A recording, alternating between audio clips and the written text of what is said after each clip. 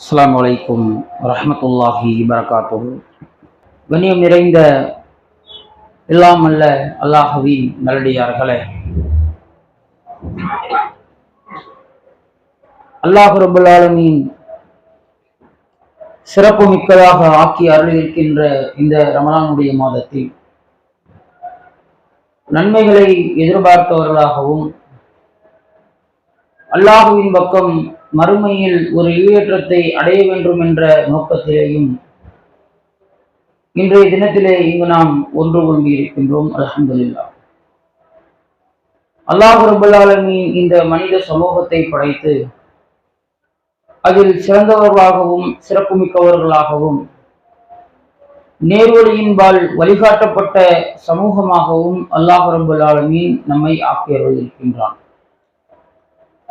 இந்த உலகத்தில் நாம் வாழக்கூடிய காலகட்டத்தில் நாம் நம்முடைய பயணங்களை எப்படி அமைத்துக் கொள்ள வேண்டும் என்பதையும், நம்முடைய அமல்களும் செயல்களும் எதை இலக்காக எதை அடிப்படையாக கொண்டு அமைய வேண்டும் என்பதையும் இறைவன் தன்னுடைய திருமறை குர்ஆன் வசனத்தில் நமக்கு மிக தெளிவாக சொல்லி காட்டுகின்றான்.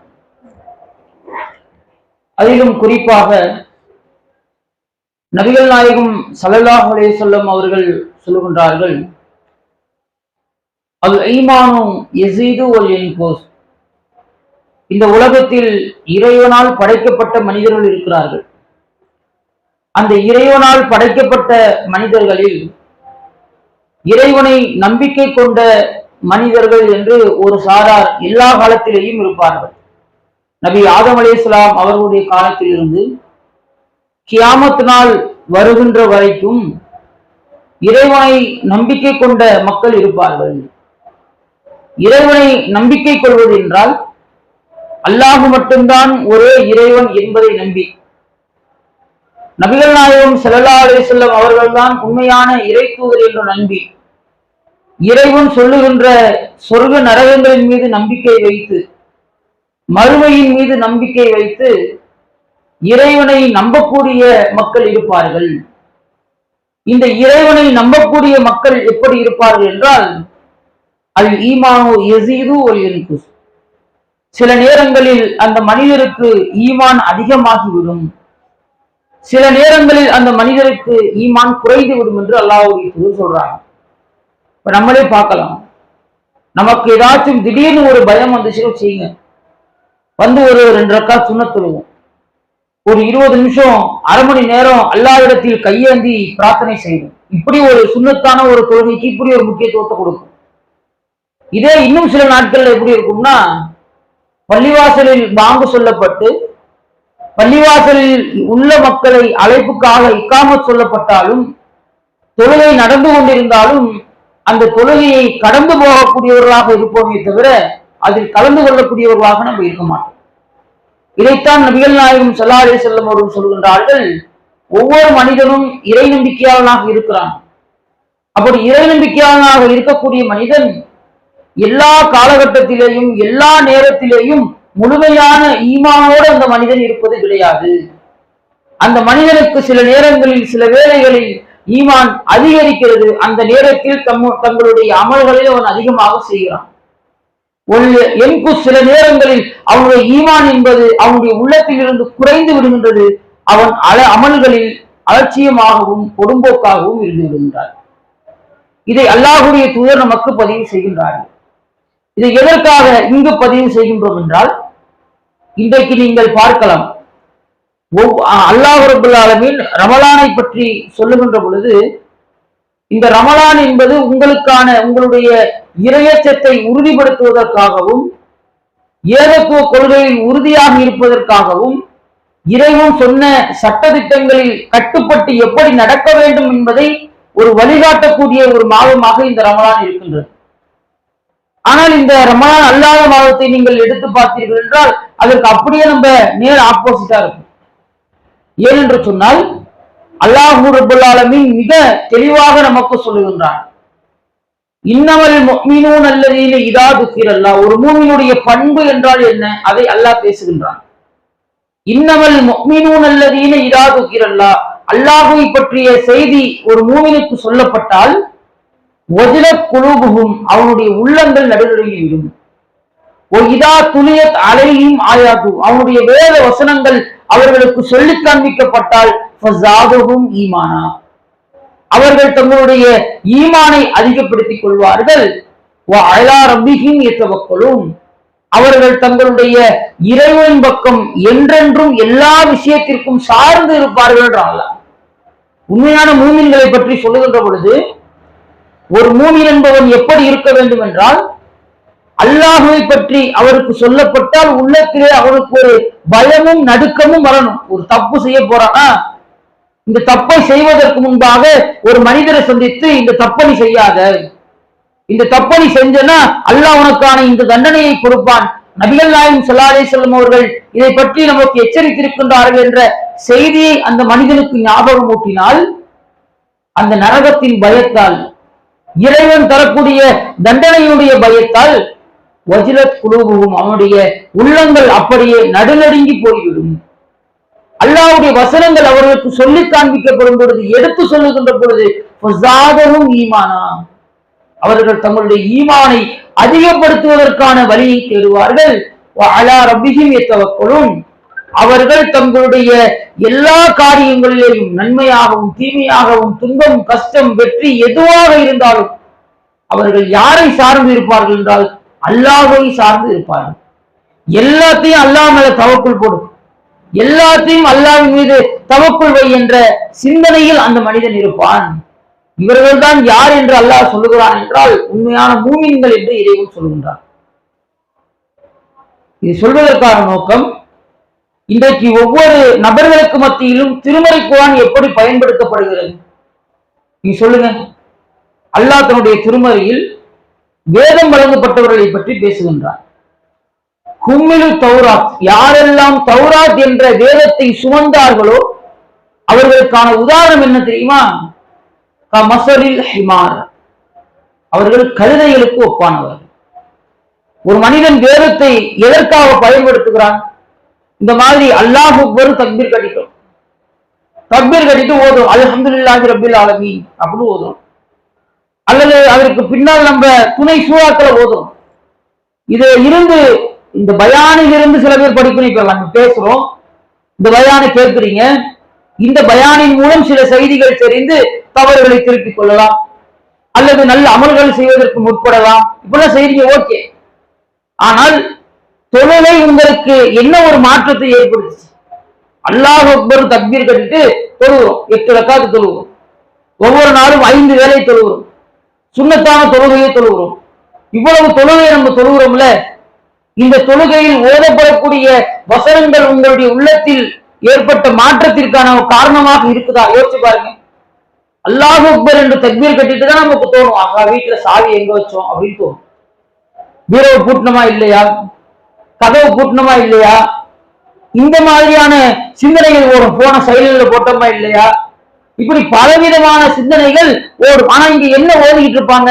நரகத்தை பற்றிய வசனங்களை ஓதிக்கொண்டிருப்போம், நரகத்தை பற்றிய எச்சரிக்கைகளை, அல்லாஹ் சொல்லக்கூடிய அதிபயங்கரமான தண்டனைகளை பற்றி ஓதிக்கொண்டிருப்போம். அப்படி ஓதிக்கொண்டிருக்கக்கூடிய நேரத்தில் கூட நம்முடைய சிந்தனை எங்க செல்லும் அப்படின்னா, பைக்கிலே சாவி வச்சுட்டு விட்டோமா, வீட்டை பூட்டணுமா இல்லையா, பீரோவை பூட்டணுமா இல்லையா, செல்போனை செயல பூட்டமா இல்லையா, இவனுக்கு பணம் அனுப்பணுமா இல்லையா, காசு வந்துருச்சா இல்லையா, இந்த மாதிரியான சிந்தனை நமக்கு இருக்கு. என்ன காரணம்?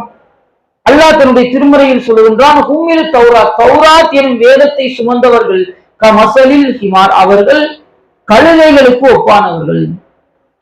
ஒரு கழுதை இருக்கு, அந்த கழுதையின் மேல நீங்க ஒரு தங்க மூட்டையை தூக்கி வச்சாலும் அந்த தங்கத்தினுடைய மதிப்பு அதுக்கு தெரியாது.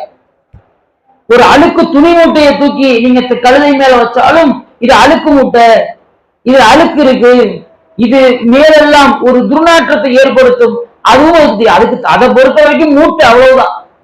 அதனுடைய எஜமானன் எங்க ஏத்தி விடுறானோ அங்க ஏத்தணும், எங்க இறக்குறானோ கொண்டு போய் அங்க இறக்கிக்கணும். இவ்வளவுதான் அந்த கழுதைக்கு தெரிஞ்சது. தங்கத்தினுடைய மதிப்பும் தெரியாது, அழுக்கினுடைய இந்த நஜீசும் என்ன பண்ணாது, அதுக்கு தெரியாது. இந்த மாதிரி தான் என்ன செய்தார்கள் என்றால், யூதர்கள் வேதக்காரர்கள் தௌராத் எனும் வேதம் கொடுக்கப்பட்ட மூசா அலைஹிஸ்ஸலாம் அவர்களுடைய சமூகம் இப்படித்தான் அந்த வேதத்தை சுமந்தார்கள். இறைவன் சொல்லுகிறார், இன்றைக்கு ஒவ்வொருவரும் இன்னைக்கு திருக்குறானை நம்ம கையில எப்படி வச்சிருக்கோம் சொல்லுங்க? திருக்குறான் சொல்லக்கூடிய படிப்பினைகளை நம்முடைய வாழ்க்கையில் எடுத்து நடத்துறோமா? திருக்குறானை படிக்கிறோம், ஓதுறோம், அல்ஹம்துலில்லாஹி ரப்பில் ஆலமீன் ஓதுறோம், அலிஃப் லாம் ரா ஓதுறோம், அலிஃப் லாம் மீம் ஓதுறோம், இவ்வளவு ஓதுறோமே தவிர அதில் சொல்லக்கூடிய படிப்பினைகள் என்ன? ஒரு மனிதனுடைய ஈமான் எப்படி அதிகரிக்கும்? முன்னாடி சொன்ன நபிகளார் சொன்ன அந்த பொன்மொழிகளையும் நீங்க எடுத்துங்க. ஒவ்வொரு மனிதனுக்கும் ஈமான் என்பது ஏற்றத்தாழ்வுல தான் இருக்கும். ஒவ்வொரு மனிதனுடைய ஈமானையும் அதிகப்படுத்துவதற்கு அல்லாஹ் சொல்லக்கூடிய காரணம், அல்லாஹ்வுடைய வசனங்கள் அவர்களுக்கு சொல்லப்பட வேண்டும், அல்லாஹ்வை பற்றிய சிந்தனைகள் அவர்களுக்கு எடுத்து சொல்லப்பட வேண்டும், இறைவன் சொல்லக்கூடிய வசனங்களுடைய கருத்துருக்கம் அவர்களுக்கு சொல்லப்பட வேண்டும். இப்படி அவர்களுக்கு வசனங்கள் சொல்லப்பட்டால்தான் அவர்கள் என்ன செய்வார்கள் என்றால், தங்களுடைய உள்ளத்தில் பயத்தை ஏற்படுத்தி கொண்டு தங்களுடைய ஈமானை அவர்கள் அதிகப்படுத்திக் கொள்வார்கள் என்று அல்லாஹ் தன்னுடைய திருமறையில் சொல்கிறான். ஆனா இன்னைக்கு நம்ம திருக்குறானை எப்படி படிக்கிறோம்? அது ஒரு வாழ்வியல். நபிகள் நாயகம் ஸல்லல்லாஹு அலைஹி வஸல்லம் அவர்கள் சொல்றாங்க, எல்லா நபிமார்களுக்கும் அற்புதங்கள் கொடுக்கப்பட்டுச்சு. நபிமார்களுடைய வரலாறுகளே நம்ம பார்த்திருப்போம். நூஹ் அலைஹிஸ்ஸலாம் அவர்களுக்கு ஒரு அற்புதம் கொடுக்கப்படுது, ஆதம் அலைஹிஸ்ஸலாம் அவர்களுக்கு ஒரு அற்புதம் கொடுக்கப்படுது, மூசா அலைஹிஸ்ஸலாம் அவர்களுக்கு அற்புதங்களிலேயே மூழ்கிய சமூகம் யாரு? மூசா அலைஹிஸ்ஸலாம் சமூகம். ஈசா அலைஹிஸ்ஸலாம் அவர்களுக்கு இறைவன் என்னென்ன அற்புதங்கள் எல்லாம் கொடுத்தான், எல்லாத்தையும் நம்ம வரிசையா பார்த்தோம்.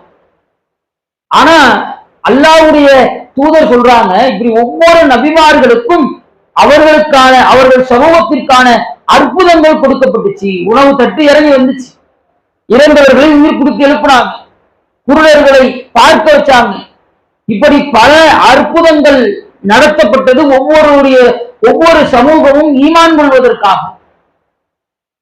ஆனா எனக்கு கொடுக்கப்பட்ட அற்புதம் இல்ல இந்த திருமறை குர்ஆன் என்று அல்லாஹ்வுடைய தூதர் சொல்றாங்க.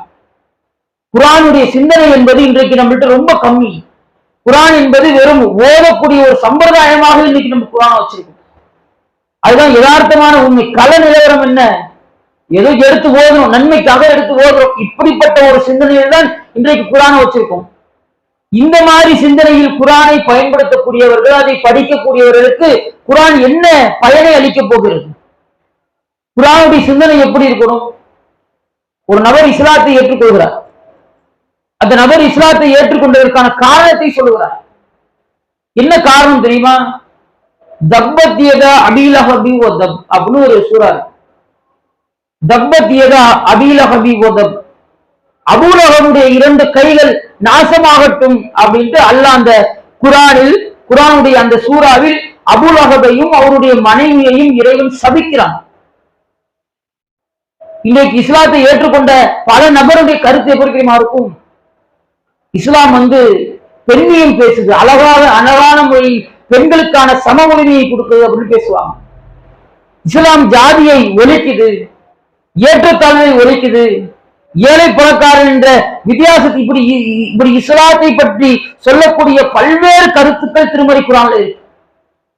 இந்த கருத்துக்களை எல்லாம் ஒரு நபர் படிக்காமல் தப்பத் யதா அபீ லஹபி வ தப் என்ற சூறாவை படித்துட்டு ஒரு ரிசார்ட்டுக்கு வரார்.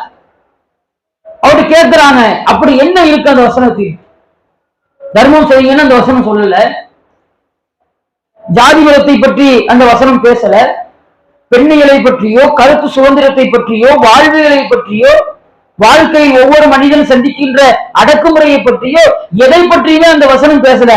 அந்த வசனம் முழுக்க முழுக்க அபூ லஹபை சபிக்கின்ற வசனம். அந்த வசனத்தை படித்துவிட்டு நீங்கள் எப்படி இஸ்லாத்திற்கு வந்தீர்கள் என்று அவரிடத்திலே கேட்கின்ற பொழுது அவர் ஒரு பதில் சொல்கிறார் பாருங்க. நம்ம கூட என்ன செஞ்சிருக்க மாட்டோம், திருமறை குர்ஆனை இந்த அளவிற்கு சிந்திச்சிருக்க மாட்டோம். அவர் என்ன சொல்றாருன்னா, அபூ லஹப் என்பவன் அல்லாஹ்வுடைய தூதருடைய காலத்தில் வாழ்ந்த ஒரு மனிதன் தானே. அபூ லஹப் யாருடைய காலத்துல வாழ்றாரு? ரசூல் ஸல்லல்லாஹு அலைஹி வஸல்லம் அவருடைய காலத்துல வாழ்றாரு. சரி, இப்ப அந்த மனிதனை பற்றி அல்லாஹ் சபிக்கிறான். என்ன சபிக்கிறான் என்றால், தப்பத் யதா அபீ லஹபி வ தப், அபூ லஹபுடைய இரண்டு கைகள் நாசமாகட்டும், அவன் நரகத்தினுடைய எரிபொருட்களாக அவரும் அவருடைய மனைவியும் இருப்பார்கள் என்று அல்லாஹ் சொல்கின்றான். விறகுகள் சுமக்கக்கூடிய அவருடைய மனைவியை பற்றி அல்லாஹ் பேசுகின்றான். இப்ப இந்த வசனத்தை அபூ லஹப் கேட்டிருக்கார். அபூலஹப் என்ன செய்யறாரு? இந்த தப்பத்தியதா அபீலஹபி வதப் என்று சொல்லக்கூடிய இந்த சூறாவையும் அவர் கேட்கிறார். கேட்கப்பட வேண்டியதுதான். ஆனால் நீங்க நன்றாக யோசிப்பாரு. அவர் காரணம் சொல்றாரு. இந்த செய்தி இப்ப அல்லாஹ் ஒருவரை நரகவாதி என்று டிக்ளேர் பண்ணிட்டான். நரகவாதி என்றால் யார்? அல்லாஹ்வுடைய தூதரை ஏற்றுக்கொள்ளாதவர்கள், இறைவனை நம்பிக்கை கொள்ளாதவர்கள், ஓரிரை கொள்கையின் பக்கம் வராதவர்கள். ரசூலுல்லாஹி ஸல்லல்லாஹு அலைஹி வஸல்லம் அவருடைய காலத்தில் முனாஃபிக்கீன்கள் இருந்தார்களா இல்லையா? நயவஞ்சகர்கள். அல்லாஹ்வுடைய தூதரை நம்பிக்கை கொண்டோம் என்று சொல்லிவிட்டு அல்லாஹ்வுடைய தூதருக்கு எதிராகவே பள்ளிவாசலை கட்டினார்கள். அதே போன்று அத்தா போரில் நபிகள் நாயகம் ஸல்லல்லாஹு அலைஹி வஸல்லம் அவர்களுக்கு நாங்கள் ஆதரவு பெறுகிறோம் என்று சொல்லி அல்லாஹ்வுடைய தூதரை அழைத்து வந்து போர்க்களத்திலே நிற்க வைத்து விட்டு பின்வாங்கி ஓடியது ஒரு பெருங்கூட்டம். இவர்கள் எல்லாம் நயவஞ்சகர்கள். அல்லாஹ்வை நம்பினோம், தூதரை நம்பினோம், தூதருக்கு கட்டுப்பட்டோம் என்று சொல்லிவிட்டு பின்னணி போய் அல்லாஹ்வுக்கும் அல்லாஹ்வுடைய தூதருக்கும் எதிராக சதி செய்பவர்கள் என்று நயவஞ்சகர்களை இறைவன் திருமறையில் அடையாளப்படுத்துகிறார். இப்ப இவர் அதுக்கான காரணத்தை சொல்றாரு பாருங்க. இப்படி அல்லாஹ்வுடைய தூதரிடத்தில் அல்லாஹ்வுடைய தூதரை நம்பினோம் என்று பொய் சொல்லக்கூடிய எத்தனையோ நயவஞ்சகர்கள் இருக்கின்றார்கள். ஆனால் கடைசி வரை இந்த அபூலஹப் நான் அல்லாஹ்வுடைய தூதரை நம்பினேன் என்று ஒரு பொய்யை சொல்லியிருந்தால் ஒட்டுமொத்த திருக்குறானும் பொய்யாயிரும். கடைசி வரை அபூலஹப் சொல்லல அந்த பொய்யை. அபூலஹப் கடைசி வரை யாரை எதிர்த்தான்? அல்லாஹ்வுடைய தூதரை எதிர்த்தான். அபூலஹபுடைய மனைவி கடைசி வரை அல்லாஹ்வுடைய தூதரை எதிர்த்தாங்க. எதிர்த்து கடைசி வரை அவர்கள் நயவஞ்சகர்களாக மாறி நயவஞ்சக சிந்தனை அவருடைய உள்ளத்தில் ஏற்பட்டு இறைவன் நரகவாதி என்று சொல்லக்கூடிய ஒரு மனிதன், கடைசி வரை அவன் இஸ்லாத்திற்கு வரவே மாட்டான் என்று சொல்லக்கூடிய ஒரு மனிதன், இறை தூதரை நம்பிக்கை கொள்ளவே மாட்டான் என்று சொல்லக்கூடிய ஒரு மனிதன் பொய்யாக நான் அல்லாஹ்வையும் அல்லாஹ்வுடைய தூதரையும் நம்பிக்கை கொண்டு விட்டேன் என்று அவன் சொல்லிவிட்டால் இந்த திருமறை குர்ஆனுடைய வசனங்கள் பொய்யாயிடும். திருமறையில் இந்த வசனம் பொய், இந்த வசனம் உண்மையும் கிடையாது. ஆரம்பத்திலிருந்து முடிவு வரை எல்லாத்தையும் உண்மை என்று நம்பக்கூடியவன் தான் உண்மையான மூமின், உண்மையான இறையச்சவாதி, உண்மையான ஏகத்துவவாதி. ஆனால் கடைசி வரை இந்த அபூலஹப் என்பவன் அல்லாஹ்வுடைய தூதரை நம்பிக்கை கொள்கிறேன் என்று ஒரு பொய்யை கூட அவன் சொல்ல. இது போதாதா? இறைவன் தான் இந்த திருமறை குர்ஆனை இறக்கினான். கடைசி வரை அபூலஹப் நம்பிக்கை கொள்ளவே மாட்டான் என்று சொன்ன அந்த இறை வசனம் அபூலஹபும் அவனுடைய மனைவியும் மரணிக்கின்ற வரை அவருடைய வாயிலிருந்து அந்த வார்த்தை அல்ல. உமர் அலி இஸ்லாத்தை எதிர்த்தாங்கல்ல, அல்லாஹ்வுடைய தூதரை பார்த்த இடத்தில் கொள்ள வேண்டும் என்று உமர் அலி அவர்கள் கங்கணம் கட்டி கொண்டு அடைந்தார்கள் ஆரம்ப காலகட்டத்தில். இப்படி எத்தனையோ நபித்தோழர்களை சொல்லலாம் நம்ம. ஆனால் இவர்கள் எவரை பற்றியும் அல்லாஹ் ரப்பல் ஆலமீன் திருமறை குர்ஆன்ல பேசல. அபூ சுஃபியான் அவர்கள் பத்ர் போர்க்களத்திற்கான இஸ்லாத்திற்கு எதிராக பெரும் பொருளாதாரத்தை திரட்டியதே அவர்தான். அவரை பற்றியும் யார் பேசல? அல்லாஹ் பேசல. ஏனென்றால் அவர்களெல்லாம் பின்னாடி ஈமான் கொண்டு விடுவார்கள் என்பது அல்லாஹ்வுக்கு தெரியும். ஆனால் அபூலஹப் கடைசி வரை ஈமான் கொள்ள மாட்டான், அல்லாஹ்வுடைய தூதரை எதிர்ப்பான் என்றும் அல்லாஹ்வுக்கு தெரியும். அதனால அல்லாஹ் இப்படி வசனத்தை இறக்குறான். இந்த வசனத்தை ஒரு மனிதர் படிக்கிறார், சிந்திக்கிறார். இறைவன் இந்த வசனத்தின் மூலமாக ஒரு நேர்வழியை அல்லாஹ் கொடுக்கிறான். அதை யோசிச்சு பாருங்களேன். இந்த வசனத்தில் எல்லாம் நமக்கு ஒரு படிப்பு இருக்கா? ஒரு மனிதரை திட்டுவதன் மூலமாக, ஒரு மனிதரை சபிப்பதன் மூலமாக ஒரு படிப்பினையை இறைவன் திருமறை குர்ஆனில் பதிவு செய்கிறான். இந்த சிந்தனை ஒரு மனிதனுக்கு எப்போ வரும்னா, திருக்குர்ஆனை சரிவர தன்னுடைய வாழ்வியலாக ஒரு மனிதன் பயன்படுத்தாத வரை இந்த சிந்தனை ஒரு மனிதனுக்கு வராது. அல்லதீன யுகீமூன ஸலாத், தொழுகையை நிலைநாட்டுங்கள் அப்படின்ற வசனத்தை மனப்பாடம் பண்ண போதாது. அந்த நேரம் வந்துவிட்டால் அந்த வசனத்திற்கு மதிப்பளித்து தொழுகை நிலைநாட்டணும். ஜகாத்தை கொடுங்கள், ஆத்து ஜகாத்தை கொடுங்கள் என்று நாம் மனப்பாடம் செய்திருப்போம். ஆனால் பொருளாதாரம் வந்தால் ஜகாத்தை கொடுக்கும். தர்மம் செய்தால் படிக்கிறோம், அந்த தர்மத்தை நாம் நம்முடைய வாழ்வியல் ஆக்க வேண்டும். இப்படி எல்லாமே இஸ்லாம் சொல்லக்கூடிய எல்லா கட்டளைகளும் அது வாழ்வியலாக்கப்பட வேண்டும். அது வாழ்வியலாக்கப்பட வேண்டும் என்றால் அதற்கு அடிப்படை இஸ்லாத்தை படித்து பொருள் உணர்ந்து நாம் அதை கையாண்டால் மட்டும்தான் இஸ்லாம் என்பதும் திருமறை குர்ஆன் என்பதும் நமக்கு வாழ்வியலாக மாறும். அப்படி இல்லைன்னு வச்சுங்களேன், மற்ற மதத்தவர்கள் படிப்பது போன்று, மற்ற மதத்தவர்கள் ஓதுவதை போன்று சும்மா ஒரு சம்பிரதாயத்துக்கு தான் நாம் என்ன பண்ணிட்டு இருப்போம். இந்த திருமறை குர்ஆனுடைய வசனங்களை ஓதிக்கொண்டிருக்கும்.